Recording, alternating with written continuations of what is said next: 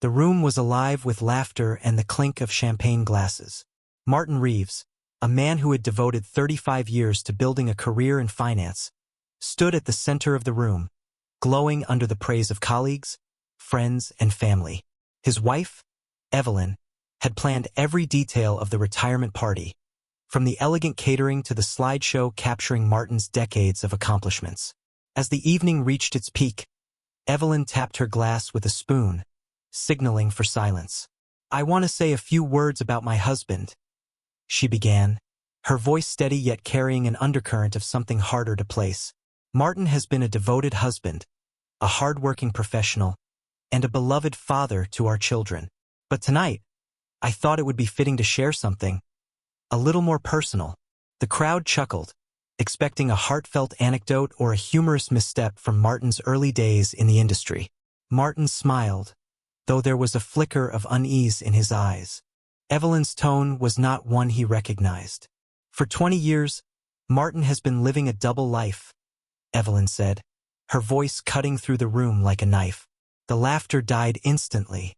She pulled a folded sheet of paper from her purse. "I didn't believe it myself when I first started noticing the signs. Missed calls, unaccounted for trips, and strange withdrawals from our joint accounts. So I did what any curious wife would do. I followed the breadcrumbs." Martin's face paled. "Evelyn, let's talk about this." Before I continue, my friends, I kindly ask you to subscribe to my channel.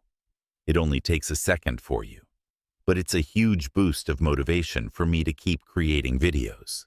I'd also greatly appreciate your comments. Thank you for your support.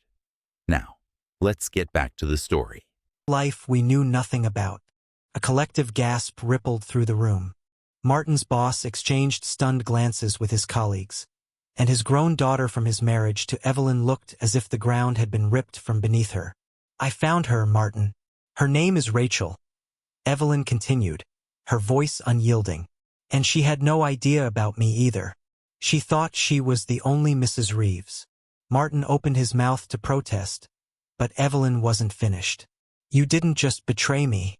You betrayed her. And you betrayed them." She turned to the guests, addressing the room as if Martin had ceased to exist. "What kind of man builds a life on lies and deception, all while sitting at the head of his dinner table, pretending to be honorable?" Martin stumbled backward, his hands gripping the edge of the table for support. His colleagues, unsure whether to leave or stay, exchanged murmurs. Evelyn held up the paper in her hand. "In case anyone doubts me, here are the financial records, hotel receipts, plane tickets, and, of course, photographs." She motioned to the projector screen, where an image of Martin and Rachel embracing in Paris suddenly appeared. The room was frozen. Evelyn dropped the microphone she had taken for the speech, letting it clatter on the floor, and walked toward the exit. Her final words echoed through the silent hall. "Congratulations on your retirement, Martin. It seems you'll have plenty of free time to sort out the mess you've made." As the door shut behind her, the crowd remained motionless, the weight of the revelation settling over them like a suffocating fog. Martin's life, once a carefully constructed facade, lay in ruins. The man who had spent decades orchestrating financial triumphs could not save himself from the collapse of the empire he'd built on secrets. The room remained silent as the fallout from Evelyn's revelation lingered like a bitter taste. Martin stood frozen, sweat pooling at his collar despite the cool air. His colleagues avoided his gaze, their discomfort palpable. Only his daughter, Anna, broke the stillness. "Is it true?" she asked, her voice trembling. Her wide eyes searched her father's face for any sign of denial, any thread of the man she thought she knew. Martin stammered. "Anna, sweetheart, it's complicated." "Complicated?" she repeated, her voice rising. "You had another family, Dad. Were they at my graduation? My wedding? Did they know about us? Or are we just some inconvenient secret too?" The questions hung in the air unanswered.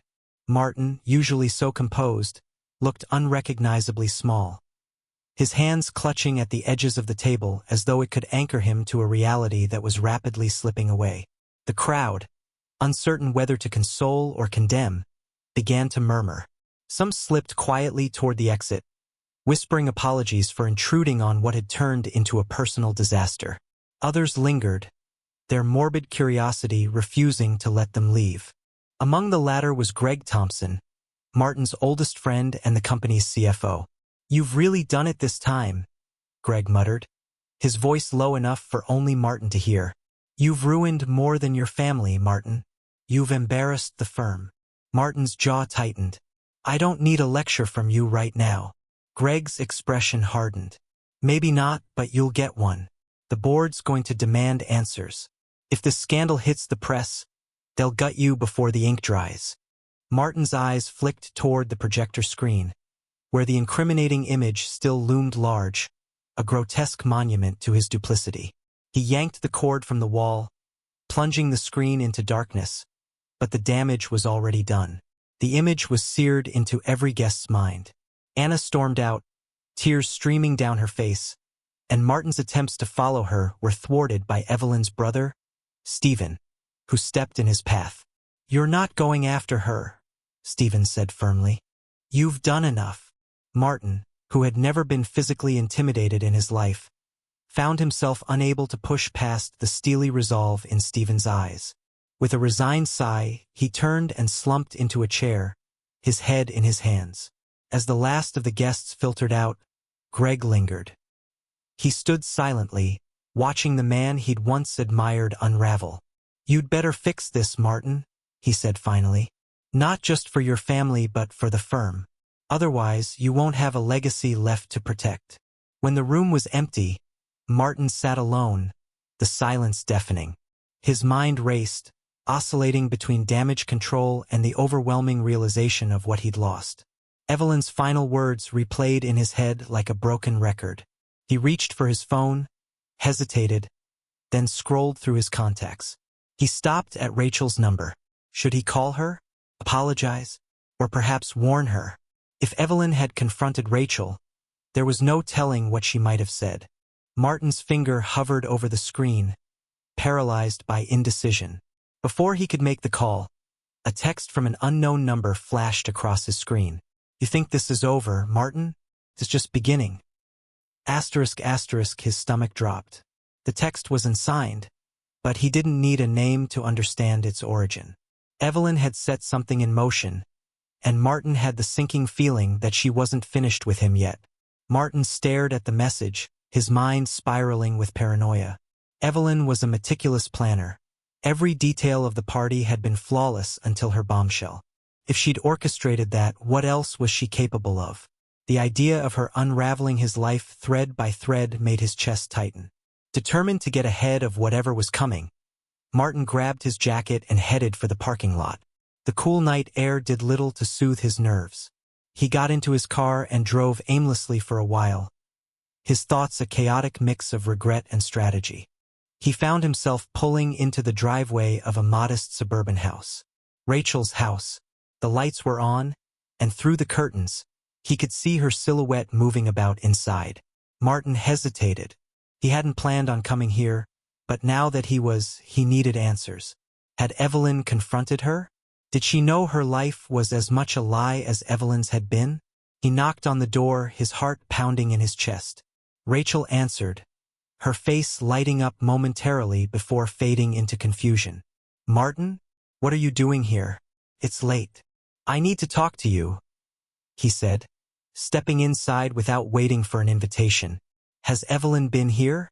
Have you heard from her?" Rachel froze, her confusion giving way to suspicion. "Evelyn? Your wife? What are you talking about?" Martin sighed heavily, the weight of the situation pressing down on him. "She knows. About us. About everything. She exposed it at my retirement party tonight."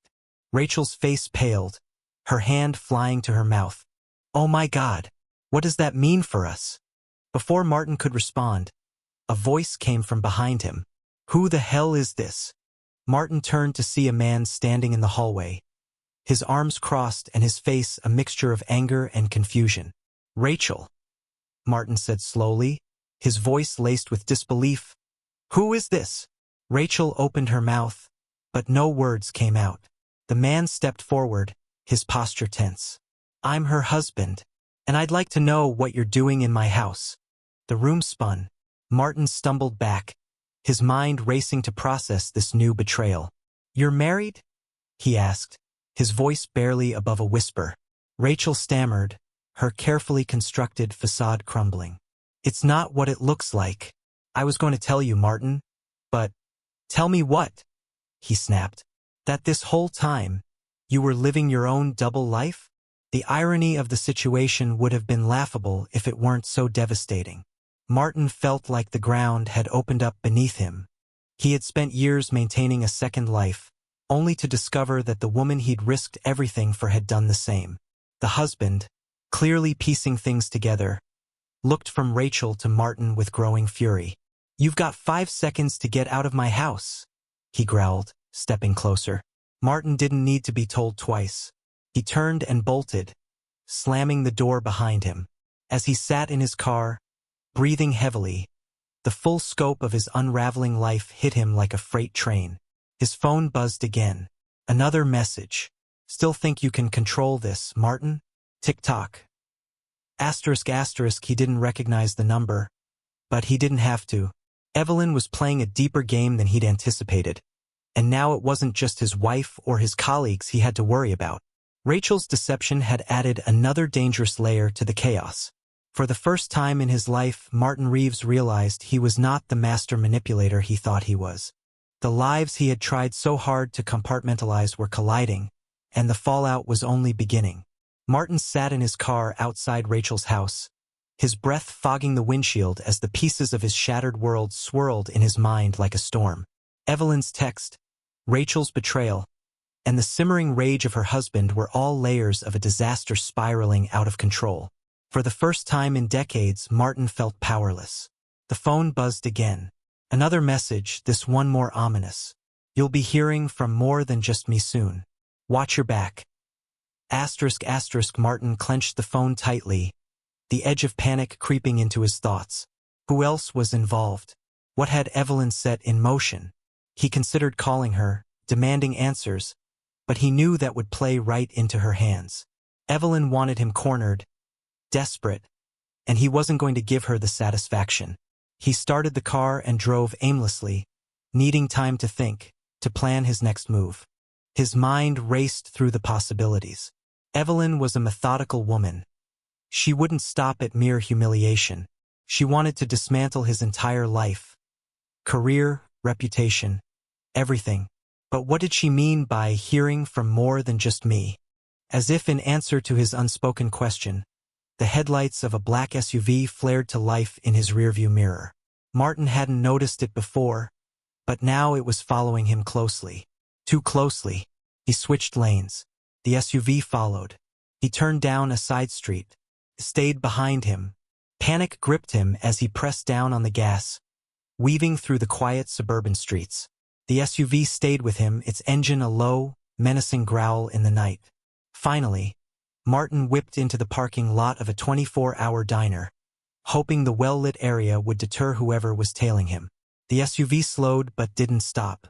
Instead, it rolled past, its windows tinted too dark for Martin to make out who was inside. His relief was short-lived when he saw the vehicle park just a block down the road, its engine still running. They were waiting. Martin stepped into the diner, his heart pounding. The fluorescent lights buzzed overhead, and the smell of coffee and greasy food barely registered in his senses. He slid into a booth, his back to the wall, and tried to calm his racing mind. A waitress approached, her notepad ready. "Coffee," he said. "Black." She nodded and walked away, leaving him alone with his thoughts. He needed to figure out who was in the SUV and what they wanted. Evelyn didn't strike him as the type to hire muscle. She was more subtle than that. But someone else might be taking advantage of the chaos. A colleague? A rival? Greg had mentioned the board's concern. Maybe someone at the firm wanted to ensure Martin's downfall. The coffee arrived, and as he lifted the cup to his lips, the door to the diner jingled open. A man in a dark jacket stepped inside, his eyes scanning the room. He was tall, broad-shouldered, and moved with a purpose that made Martin's stomach twist.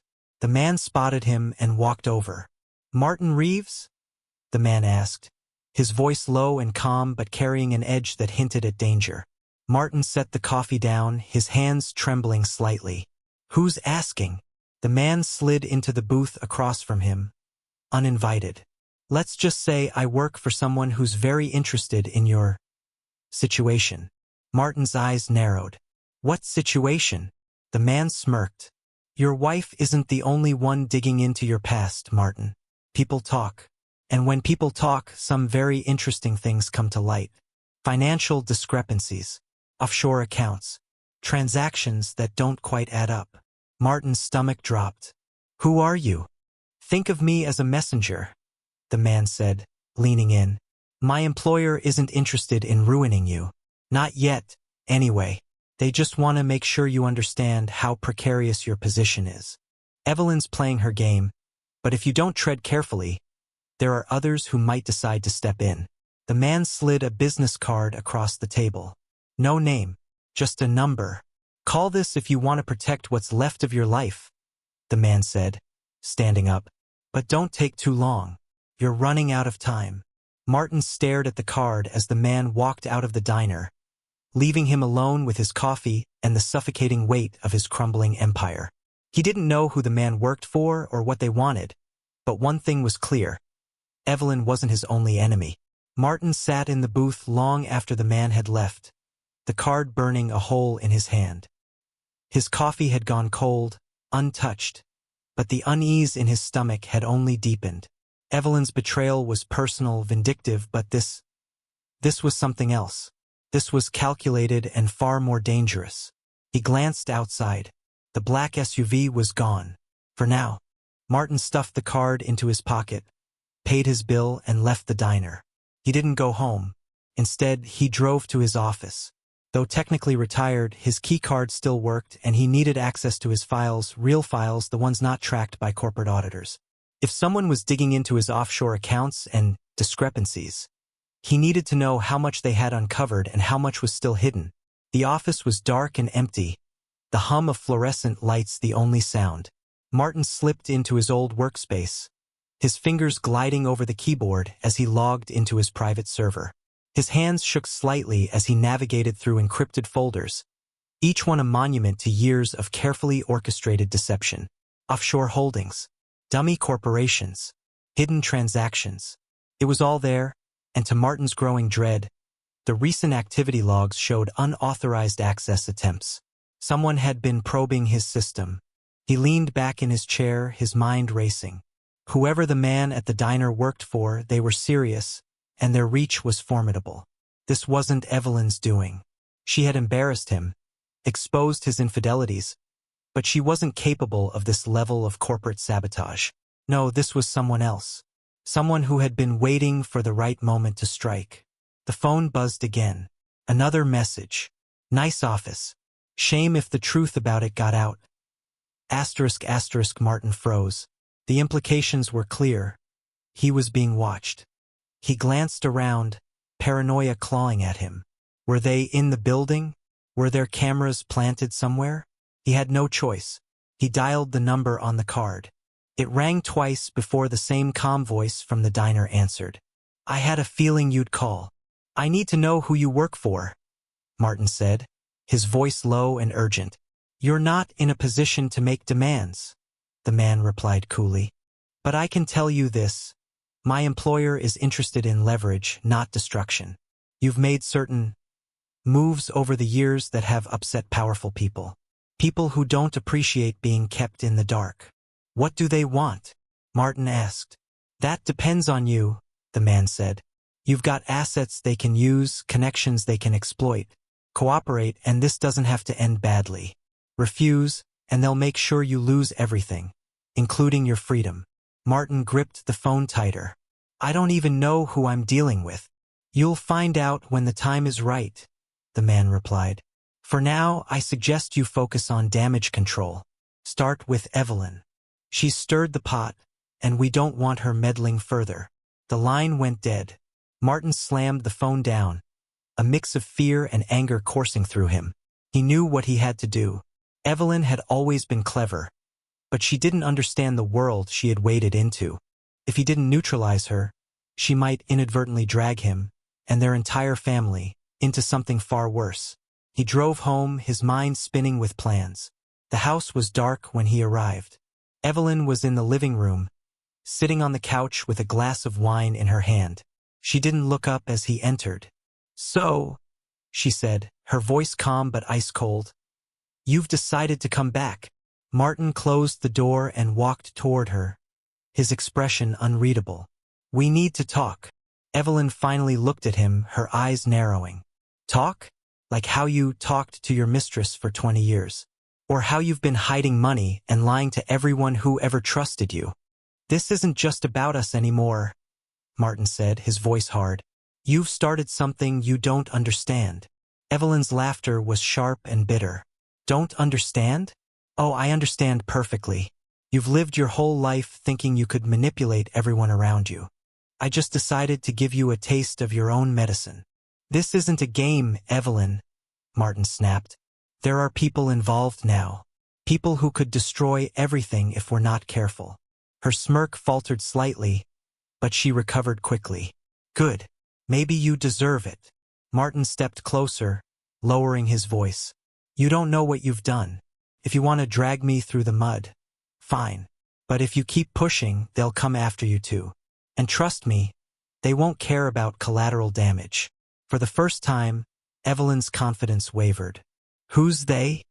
Martin leaned in, his voice barely a whisper. "The people who sent me this." He showed her the card. Evelyn's face paled, the realization sinking in. She had unleashed chaos, but now it was bigger than her, bigger than both of them.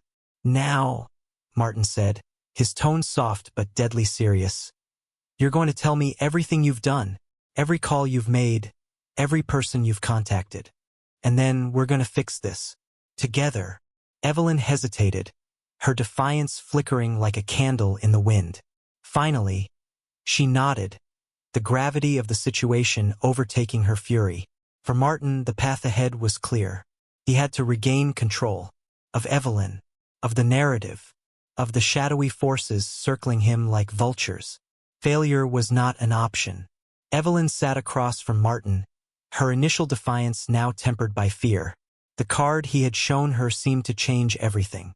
For the first time, she realized she might have underestimated the storm she'd unleashed. Martin, for all his flaws, had always been a man who operated in shadows, and now those shadows were coming for both of them. She took a shaky sip of her wine. "I called Rachel," she began. Her voice was softer now, almost hesitant. "I wanted her to know who you really are. That's it. I didn't expect all of this." Martin nodded slowly, absorbing her words. "What else?" he pressed. "You didn't just call her. Someone else is involved. Did you go to the press? A lawyer? Anyone?" Evelyn shook her head. "No, I swear. I wanted to hurt you, not this." Martin exhaled sharply. It was a relief, but a small one. The damage was already done, and the people who were now circling weren't the type to simply walk away. He needed to act decisively. "You need to leave town," Martin said, his tone flat and matter-of-fact. Evelyn's eyes widened. "What? I'm not going anywhere." "You don't have a choice," he said firmly. "Whoever these people are, they'll come after you if they think you're a threat. You wanted revenge, Evelyn, and you got it. But now you're part of a game you don't understand. If you stay here, you're in danger." Evelyn opened her mouth to protest but stopped. The look in Martin's eyes, cold, calculating, and unrelenting, told her he wasn't bluffing. For all her anger and hatred toward him, she didn't want to end up collateral damage in a battle she didn't even know the rules of. "What about Anna?" she asked, her voice trembling. "What about our family?" "I'll handle Anna," Martin said, "and the rest of it. But you can't stay here. Pack a bag. Tonight." Evelyn stared at him for a long moment, then nodded reluctantly. She left the room to gather her things, and Martin leaned back, the weight of the situation pressing down on him like a crushing tide. He didn't trust her entirely, but removing her from the immediate line of fire was the only way to regain some semblance of control. When she returned, a small suitcase in hand, Martin handed her an envelope. There's cash in there. Enough to keep you off the grid for a while. Don't use your credit cards. Don't call anyone. I'll be in touch when it's safe. Evelyn hesitated, her gaze searching his face for any sign of deception. Finding none, she finally turned and walked out the door without another word. Martin watched her go, the sound of her car fading into the night. Alone now, he poured himself a drink and sat at the kitchen table, staring at the business card. He knew he couldn't delay any longer. Whoever these people were, they had resources far beyond his own. His usual tricks, bribes, misdirection, and charm wouldn't work here. He needed leverage, and he needed it fast. He dialed the number. "Ah, Martin," the familiar voice answered. "I was wondering when you'd call again." "I'll cooperate," Martin said without preamble. "But I need to know who I'm dealing with." The man chuckled softly. "All in good time. For now, consider this your first test. There's a file I need you to retrieve. A little insurance, let's say, to ensure you're a man of your word." Martin frowned. "A file? Where?" The man gave him an address. "You'll find it there. Don't try to copy it and don't ask questions. Deliver it to the location I'll send you after you retrieve it. Fail, and we'll ensure your world burns to the ground." The line went dead.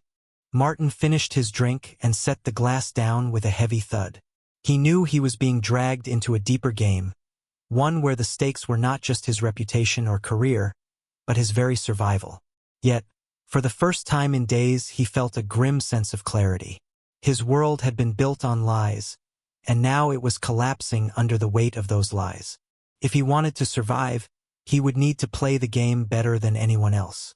As he stepped into the night, the cold air stinging his face, Martin knew one thing for certain.